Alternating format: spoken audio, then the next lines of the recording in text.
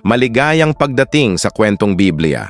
Isipin ang isang lungsod kung saan walang mga patakaran, kung saan ang pera ay maaaring bumili ng anumang pagnanasa at kasiyahan. Ang tanging batas na walang katapusang mga labis na pagsasaya, luho kalaswaan. Kahit na ang mga hari ng mahusay na sibilisasyon nagtago ng isang madilim na lihim. Ang dugo ng mga inosenteng marumi, ang mga altar ng mga masasamang ritual na mga bata ay inaalok bilang mga sakripisyo sa mga seremonya ng Maab at ang mga walang kayamanan ay itinapon tulad ng basurahan ng tao na naiwan. Sa isang araw, binuksan ng kalangitan ang lahat ng bagay na naging abo at ang mga ito ay talagang nangyari sa mga ito.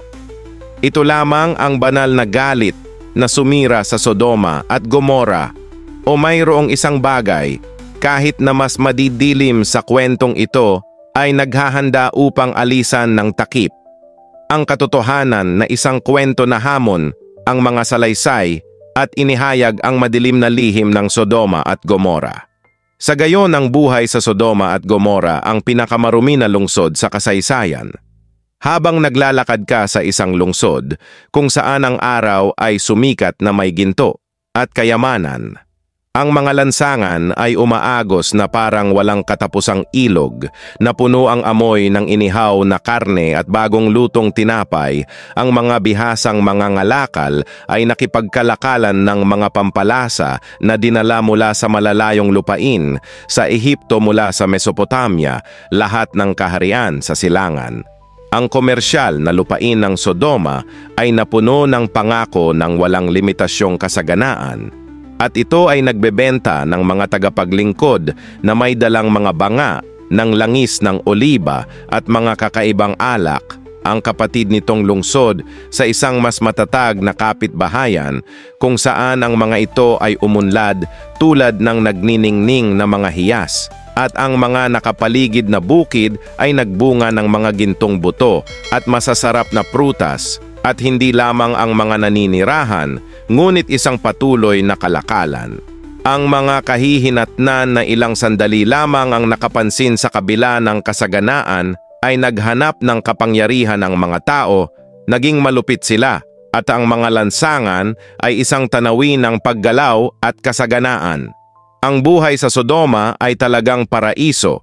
Sila ay nanirahan sa malinis na mga bahay na bato, pinalamutian ng mga imported na tela na nakahanap ng kanilang pinakamatibay na kanlungan sa mga simbolo ng kanilang kadakilaan at pagmamataas. Ito ay nagpatuloy ng walang katapusan at ang mga mesa ay natatakpan ng lahat ng uri ng mga pinggan na marami sa mga ito ay ang buhay ng imperyo. Karamihan sa mga ito ay tila normal, ngunit sa labas ng bankets at musika, walang sino man ang nagtanong sa katotohanan na ang mga makapangyarihan sa kalaunan ay nalasing at gumawa ng mas mababang mga pinggan upang humingi ng tulong. Ang pag-aaksaya ng oras sa Sodoma ay nakita bilang kahinaan at kabaitan, katangiang karapat-dapat kutyain. Ang kasakiman ay hindi limitado sa mga palengke na tinatakpan nito sa buong lipunan. Ang mga timbang na hinaluan ay ginamit upang linlangin ang mga mamimili. Ang mga mangangalakal ay naniningil ng napakataas na presyo ng walang pagsisisi at ang mga makapangyarihan pinagsasamantalahang ang manggagawa ng walang awa. Kung ang isang tao ay nahulog sa kahihiyan sa pananalapi, madali silang ipagbili bilang mga alipin upang mabayaran ang kanilang mga utang, kung saan ang mga mahihirap ay walang pagkakataon na nagmamanipula ng pera. Isang paraiso ng labis para sa mga dukha ito ay isang buhay na impyerno. Ngunit ang lungsod na ito na naniniwala sa kanyang sarili na hindi mahawakan ay nakagawa ng isang nakamamatay na pagkakamali sa pag-aakalang hinding-hindi nito haharapin ang mga kahihinatnan ng pagkabulok nito. Ang kapalaran ng Sodoma at Gomora ay natatakan at nang sa wakas ay dumating ang paghuhukom, ang kanilang pagkawasak ay magiging mabilis na brutal at pangwakas.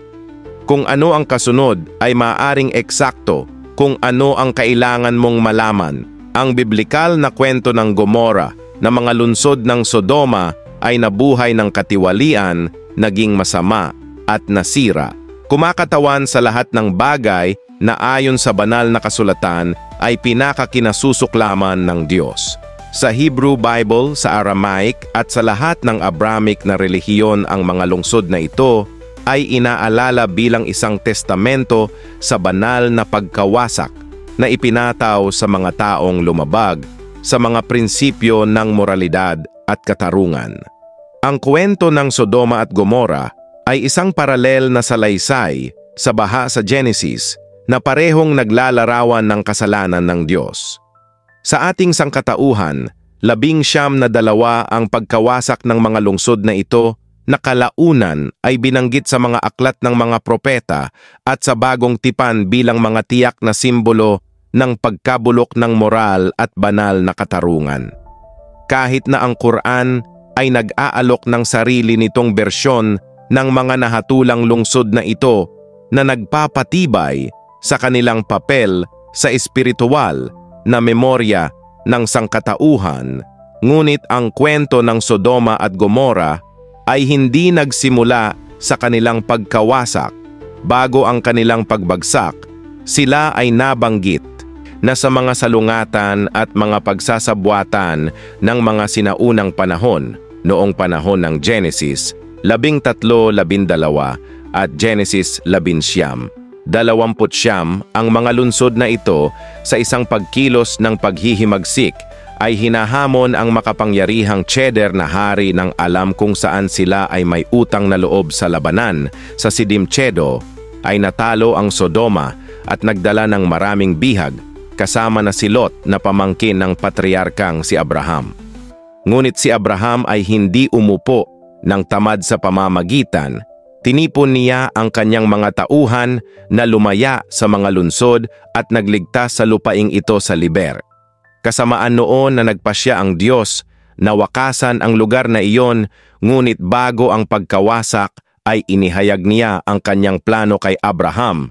At dito makikita natin ang isa sa mga pinaka-nakakaintriga na mga dialogue sa Biblia na alam ni Abraham ang nalalapit na paghatol ay nangahas na tanungin ang Diyos, nalilipulin mo ba ang mga matuwid kasama ang masasama? Genesis 18:23, kaya magsisimula ang isang hindi inaasahang negosasyon. Ang matuwid na mga tao ay matatagpuan, ang lungsod ay maliligtas, sumang-ayon ang Diyos.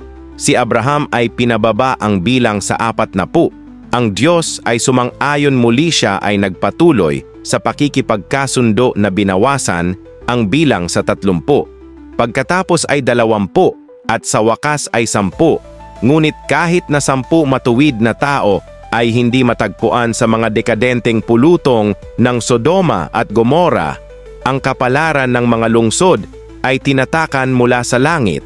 At pagkatapos ay dumating ang walang hanggang apoy na nagmula sa langit, at pagkatapos ay dumating ang isang walang hanggang apoy.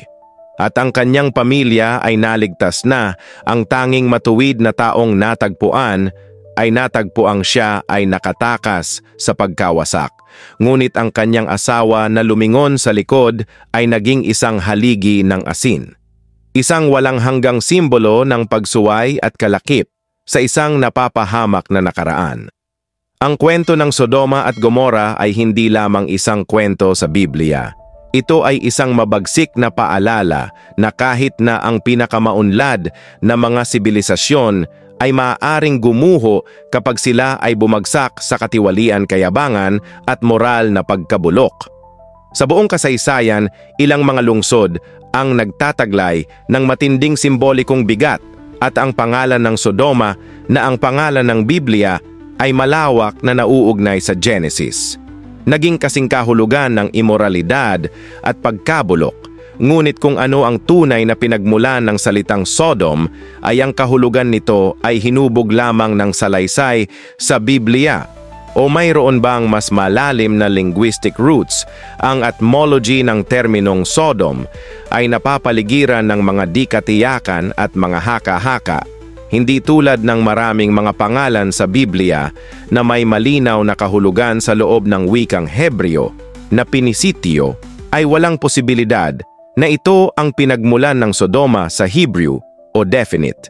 Salita ay may mga ugat sa isang banyagang wika at isa sa mga pinakatinatanggap na hypothesis na ito ay nagmula sa Assyrian Sadu, meaning plain or flatland.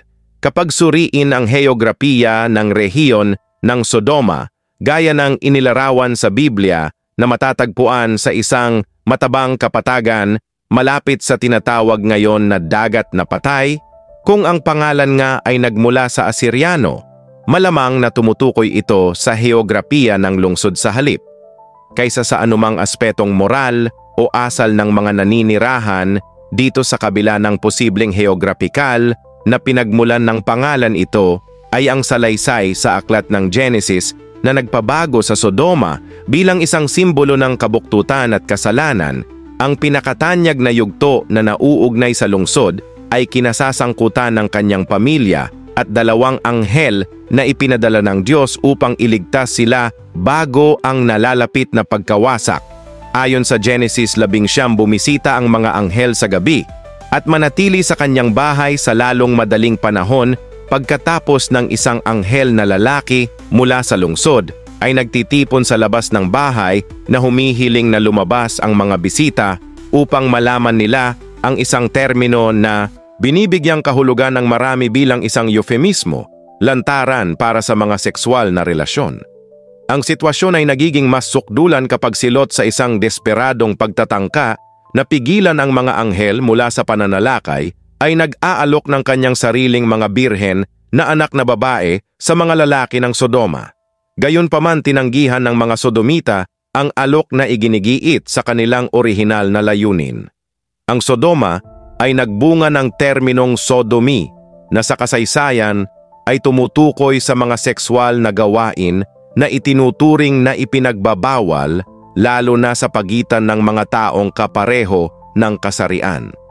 Sa paglipas ng mga siglo ang salita ay muling binibigyang kahulugan at nagkaroon ng iba't ibang konotasyon na laging nauugnay sa paniwala ng kasalanan at sexual na paglabag. Mahalagang ipakita na ang semantikong koneksyon na ito ay binuo sa paglipas ng panahon na malakas na naiimpluwensyahan ng mga interpretasyong relihiyoso at kultural. Ang pinagmula ng salitang Sodoma, kung talagang konektado sa terminong Assyrian na Sadu, ay hindi sa simula ay nagdadala ng moral na konotasyon, ngunit sa halip tumutukoy sa isang heograpikal na lokasyon. Ang lungsod ng Gomora ay nagdadala ng isang pangalan na ang pinagmulan ay nagmula sa mga sinaunang Semitiko na wika. Maraming mga iskolar ay nagmumungkahi na ang ugat nito ay nangangahulugang tulad ng lalim o kasaganaan ng tubig, isang pangalan na balintuna ay nawala sa alab ng pagkawasak na babagsak dito. Ang apoy at asupre lamang ang tumupok sa mga lunsod na ito o mayroon bang maraming bagay na mas malalim na bagay na konektado sa madilim na mga kasunduan at mga demonyong nilalang na lumakad sa gitna ng mga tao? Mula pa noong sinaunang panahon, ang Sodoma at Gomora ay naging mga simbolo ng labis na pagkasira ng walang hanggan na pagnanasa ng mga banal na kasulatan at rabinal na mga tradisyon ay nagsasalita tungkol sa isang lugar kung saan ang prostitusyon ay itinatag, kung saan ang mga pinagmulan ay walang katapusan, at kung saan ang katapatan at pag-aasawa ay paksa ng panunuya. Ngunit ang alam ng iilan ay nasa likod ng mga walang pigil na pagnanasa na ito ng mga tunay na nilalang na ito. Walang kamalay-malay na Asmodus o Ashmedal ay higit pa sa isang pangalan sa apokrypal na mga teksto at esoteric na tradisyon ay inilarawan siya bilang ang hari ng mga demonyo ng pagnanasa. Ang Panginoon ng seduction at walang pigil na pagnanasa ang kanyang dominyon ay umaabot sa pagtataksil sa pangangalunya, diborsyo at mga bahay aliwan, at ang mga nahulog sa ilalim ng kanyang spell ay naging mga alipin ng walang kabusugan na kasiyahan sa loob ng Sodoma at Gomora na ang ilang sinaunang salaysay ay sinasamba bilang isang Diyos. Nakatago na nakabalat kayo sa ritual na tila normal na kasiyahan, ngunit nakatagong mga sakripisyo at demonyong kasunduan. Ang iba ay nagmumungkahi na siya ay nagpakita sa pamamagitan ng isang haring pare na nanguna sa mga seremonyang puno ng pagnanasa at kahalayan ng ang pagkawasak ng mga lungsod ay ipinag-utos na ang matuwid na lalaki ay binalaan si Lot na tumakas kasama ang kanyang asawa at mga anak na babae, ngunit may isang detalye na palaging nagdudulot ng pagkabalisa.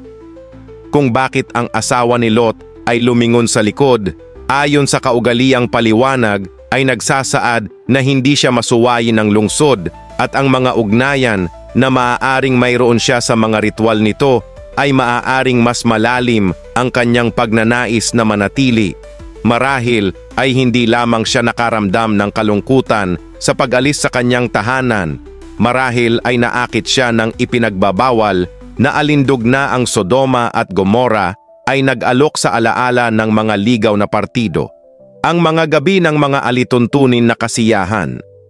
Ang nakatagong misteryo at ang hindi mapaglabanan na temptation ay maaaring naging isang tanda ng kanyang puso na mas matibay ang tingin sa likod kaysa sa kanyang sariling pananampalataya. Sa tiwaling daigdig na iyon at pagkatapos ay dumating ang kaparusahan na naging haligi ng asin, isang walang hanggang simbolo ng isang taong hindi makapagpapalaya sa kanyang sarili mula sa ikot ng pedisyon na binanggit sa biblikal na salaysay.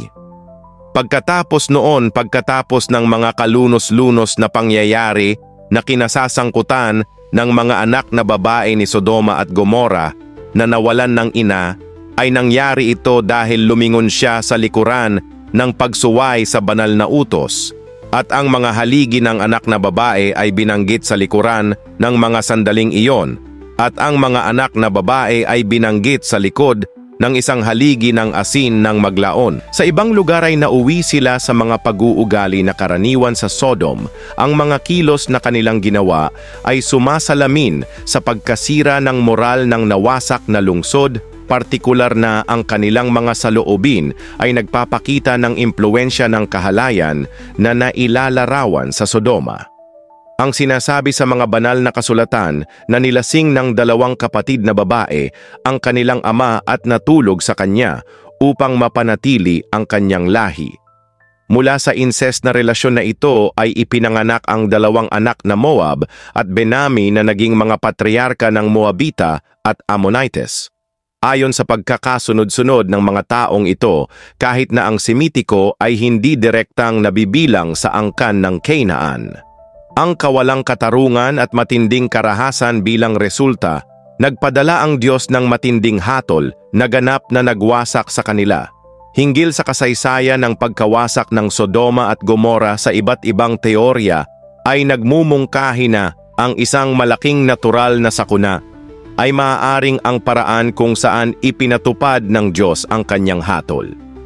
Itinuro ng ilang iskolar na ang rehiyon ng Dead Sea ay maaaring nawasak ng lindol noong mga 1,900 BC at ang bagong tipan ay nagdulot din ng pag-ulan ng nasusunog na gas.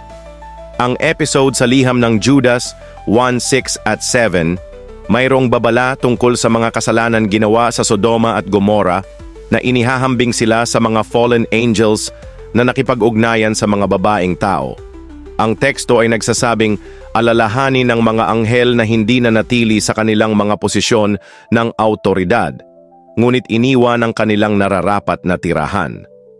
Ang mga ito ay pinanatili niya sa kadiliman na nakagapos ng walang hanggang mga tanikala para sa paghatol sa dakilang araw alalahanin ang Sodoma at Gomora at ang mga nakapaligid na bayan na tulad nila ay nagbigay ng kanilang sarili sa seksual na imoralidad at kabuktutan na nagsisilbing halimbawa ng mga nagdurusa ng malinaw na parusang ito tungkol sa kasalanan at pagsuway sa Diyos. Kaya ang Sodoma at Gomora ay naging mga klasikong halimbawa ng banal na paghatol. Nagpapasalamat ako sa lahat ng sumunod hanggang dito.